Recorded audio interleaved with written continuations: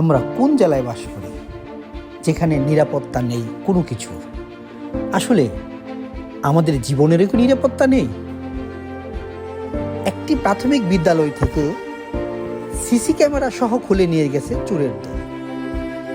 আসলে CC camera লাগানোই হয়েছে চুরি সহ বিভিন্ন অপরাধ ঠেকানোর জন্য, আর সেখানে সেই সিসি ক্যামেরাই চুরি করে নিয়ে যায় চোরের দল।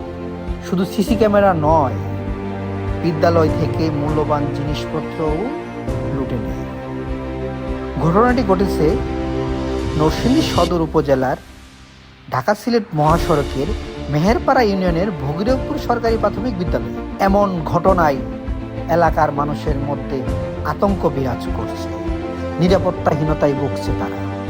বিদ্যালয়টিকে ঘুরে দেখা গেছে চোরের দল বিদ্যালয়ের বারান্দার গ্রিল প্রথমে কেটে ভিতরে পরে অফিস কক্ষে ঢুকে মূল্যবান laptop, multimedia projector, speaker, LED monitor, ceiling fan ইত্যাদি লুট করে। পরে বিদ্যালয়ের বিভিন্ন শ্রেণীকক্ষে দরজার তালা ভেঙে ভিতরে ঢুকে তাই সকল সিলিং ফ্যান লুট করে নিয়ে নেয়।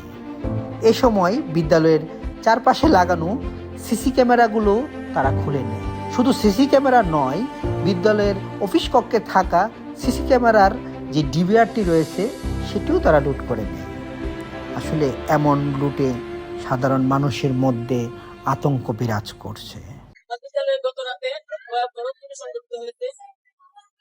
বিদ্যালয়ের গ্রিল কেটে, লাইব্রেরির গ্রিল কেটে ভিতরে ঢুকতে তালা, লাইব্রেরির একটা দরজার তালা তারা খুলে ফেলছে। খুলে তারপরে ভিতরে ঢুকে আমাদের 5টা ফ্যান, সিলিং ফ্যান, তারপরে একটা প্রজেক্টরের স্পিকার, তারপরে একটা ল্যাপটপ,